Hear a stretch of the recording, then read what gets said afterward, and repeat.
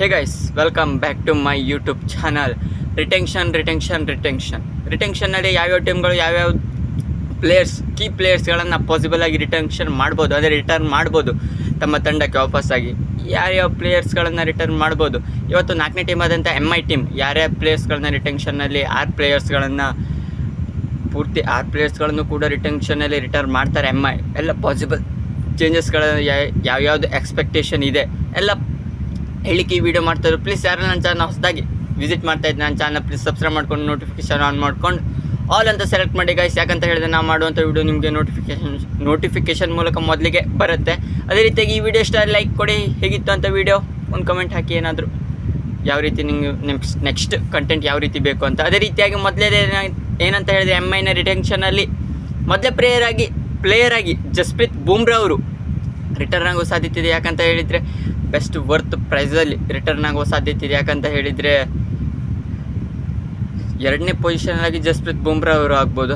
ಅದೇ ರೀತಿಯಾಗಿ ಮೊದಲೇದಾಗಿ ಕ್ಯಾಪ್ಟನ್ ಆದಂಥ ಹಾರ್ದಿಕ್ ಪಾಂಡ್ಯ ಅಥವಾ ಸೂರ್ಯಕುಮಾರ್ ಯಾದವ್ ಅವರು ಆಗ್ಬೋದು ಅಂತ ಅನ್ನಿಸ್ತಿದೆ. ಯಾಕಂತ ಹೇಳಿದರೆ ಸಿಕ್ಕಾಪಟ್ಟೆ ಎಕ್ಸ್ಪೆಕ್ಟೇಷನ್ ಇರುವಂಥ ಹೈ ಪ್ಲೇಯರ್ ಆಗಿರೋದ್ರಿಂದ ರೋಹಿತ್ ಶರ್ಮಾ, ಸೂರ್ಯಕುಮಾರ್ ಯಾದವ್, ಹಾರ್ದಿಕ್ ಪಾಂಡ್ಯ, ಅದೇ ರೀತಿಯಾಗಿ ಜಸ್ಪ್ರೀತ್ ಬೂಮ್ರಾ ಇವರು 4 ಜನ ಹೈ ಪ್ರೈಸ್ಗೆ ಹೋಗುವಂಥ ಆಗಿರೋದ್ರಿಂದ MI ಪರವಾಗಿ ಹಾಗೂ ಸಿಕ್ಕಾಪಟ್ಟೆ ವರ್ಷಗಳ ಕಾಲದಿಂದ ಆಟಾಡ್ತಾ ಇರೋದ್ರಿಂದ ಇವರು ಪಾಸಿಬಲ್ ಆಗಿ ಆಗ್ಬೋದು. ಅದೇ ರೀತಿಯಾಗಿ ಮೊದಲೇದಾಗಿ ಹಾರ್ದಿಕ್ ಪಾಂಡ್ಯ ಅವರು ವರ್ತ್ ಪ್ರೈಸ್ ಏನಂತ ಹೇಳಿದರೆ ಬೇಸ್ 18 ಕೋಟಿ ಪ್ರೈಸಲ್ಲಿ ಆಗ್ಬೋದು ಅಂತ ಅನ್ನಿಸ್ತಿದೆ.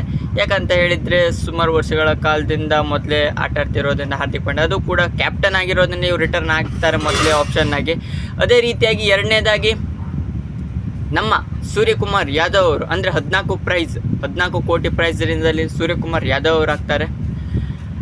ಯಾಕಂತ ಹೇಳಿದರೆ ನಮ್ಮ ಇಂಡಿಯಾದ T20 ವೈಸ್ ಕ್ಯಾಪ್ಟನ್ ಆಗಿರೋದ್ರಿಂದ ಅದರಲ್ಲೂ T20ಯ ನಂಬರ್ 2 ಬ್ಯಾಟರ್ ಆಗಿರೋದ್ರಿಂದ ಹಾಗೂ MIನಲ್ಲಿ ಸಿಕ್ಕಾಪಟ್ಟೆ ವರ್ಷಗಳ ಕಾಲ ಆಟಾಡಿ ಅದೇ ರೀತಿಯಾಗಿ MIದಿಂದನೇ ನಮ್ಮ ಇಂಡಿಯನ್ ಟೀಮಲ್ಲಿ ಶೈನ್ ಆಗ್ತಾ ಇರುವ ಸೂರ್ಯಕುಮಾರ್ ಯಾದವ್ ಅವರು 2ನೇದಾಗಿ MI ಟೀಮಿಂದ ರಿಟರ್ನ್ ಆಗ್ತಾರೆ.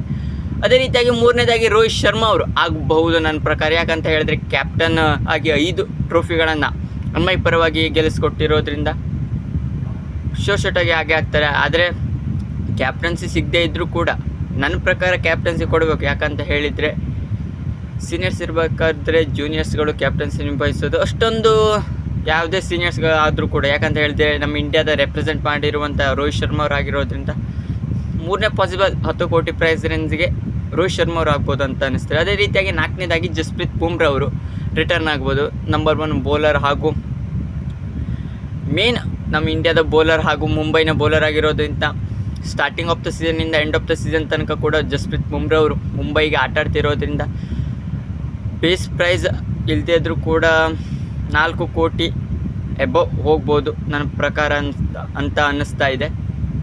ನೋಡೋ ಯಾವ್ಯಾವ ರೀತಿ ಏರುಪೇರು ಆಗ್ಬೋದು, ಅಂದರೆ ರಿಟೆನ್ಷನಲ್ಲಿ ಸ್ಲಾಟ್ಗಳು ಚೇಂಜಸ್ ಆಗ್ಬೋದು ಅಂತ ಅನ್ನಿಸ್ತಾ ಇದೆ. ಅದೇ ರೀತಿಯಾಗಿ 5ನೇ ರಿಟೆನ್ಷನ್ ಆಗಿ ಡೇವಿಡ್ ಮಲಾನ್ ಅವರು ಅಂದರೆ ಆಸ್ಟ್ರೇಲಿಯಾದ ಆಲ್ರೌಂಡರ್ ಆಗಿರುವಂಥ ಡೇವಿಡ್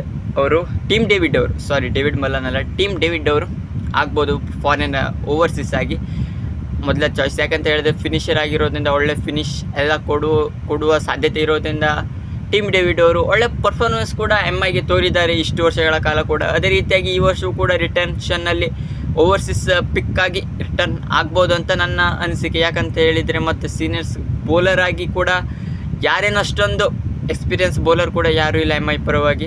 ನನ್ನ ಪ್ರಕಾರ ಡೇವಿಡ್ ಅವರು ಒಳ್ಳೆ ಬ್ಯಾಟಿಂಗ್ ಸ್ಟ್ರಾಂಗ್ ಇರೋದ್ರಿಂದ ಇವರು ಟಾಪ್ 6 ಅಂತ ಹೆವಿ ಇದೆ ಗುರು, ಏನು ಹೇಳಬೇಕು ಅಂತ ಗೊತ್ತಾಗಲ್ಲ. ಅದೇ ರೀತಿಯಾಗಿ ಕೊನೆಯದಾಗಿ 6ನೇ ರಿಟೆನ್ಷನ್ ಆಗಿ ಇಶಾನ್ ಕಿಶನ್ ಅವರು MI ಏನಾದರೂ 6 ರಿಟೆನ್ಷನ್ ಕೂಡ ಮಾಡಿದರೆ ಇಶಾನ್ ಕಿಶನ್ ಅವರು ಆಗುವ ಸಾಧ್ಯತೆ. ಯಾಕಂತ ಹೇಳಿದ್ರೆ ಓಪನಿಂಗ್ ಸ್ಲಾಟಲ್ಲಿ ಆಟ ಆಡೋದ್ರಿಂದ ಸುಮಾರು ವರ್ಷಗಳ ಕಾಲ ಕೂಡ ಆಟ ಆಡ್ತಾ ಇರೋದ್ರಿಂದ ಜಸ್ಟಿನ್ ಅಂತೂ ಇಂಡಿಯಾದಲ್ಲಿ ಏನು ಚಾನ್ಸಸ್ ಸಿಗದೇ ಇದ್ದರೂ ಕೂಡ ಇಶಾನ್ ಕಿಶನ್ ಅವರ ಫಾರ್ಮ್ ಕೂಡ ಹೋದ ಸೀಸನ್ ಕೂಡ ಒಳ್ಳೆಯದಾಗಿ ಆಟ ಆಡಿದ್ದು MI ಪರವಾಗಿ. ಅದು ಕೂಡ left and right arm combination ಮೂಲಕನೇ MI ಟೀಮ್ ಹೋಗುತ್ತೆ. ಅದೇ ರೀತಿಯಾಗಿ ಇಶಾನ್ ಕಿಶನ್ ಅವರು ಶೂಟಾಗಿ ಆಗಬಹುದು ಅಂತ ನನ್ನ ಅನಿಸಿಕೆ ಆಗ್ತಾಯಿದೆ. ನೋಡೋಣ, ಇದಿಷ್ಟು ಟಾಪ್ 6 MIನ ರಿಟೆನ್ಷನ್ ಪಾಲಿಸಿ 2025 ನೆಕ್ಸ್ಟ್ ವರ್ಷದ IPLನಲ್ಲಿ. ನೋಡೋಣ, 1 ಮಂತ್ ಇದೆ ಇನ್ನು, ಈ ಮಂತಲ್ಲೇ ಗೊತ್ತಾಗುತ್ತೆ. ಈ ಮಂತ್ ಎಂಡ್ ಒಳಗೆ ನಮ್ಮ MI ಅಥವಾ ಎಲ್ಲ ಫ್ರ್ಯಾಂಚೈಸಿ ಕೂಡ ಯಾರ್ಯಾರು ರಿಟರ್ನ್ ಆಗ್ತಾರೆ ಯಾವ ರಿಟೆನ್ಷನ್ ಪಾಲಿಸಿಲಿ ಅಂತ ನೋಡೋಣ. ಇದಿಷ್ಟು MIನ ರಿಟೆನ್ಷನ್ ಪಾಲಿಸಿ ಆಯಿತು. ನಿಮಗೆ ಈ ವಿಡಿಯೋ ಇಷ್ಟ ಲೈಕ್ ಶೇರ್ ಆಗೋ ಕಮೆಂಟ್ ಮಾಡಿ. ಇನ್ನೂ ಹೆಚ್ಚಿನ ಅಪ್ಡೇಟ್ಗೋಸ್ಕರ ನನ್ನ ಚಾನಲ್ ಪ್ಲೀಸ್ ಸಬ್ಸ್ಕ್ರೈಬ್ ಮಾಡ್ಕೊಳ್ಳಿ ಅಂತ ಕೇಳ್ತಾ ಸಿಗೋಣ ಮುಂದಿನ ವೀಡಿಯೋದಲ್ಲಿ.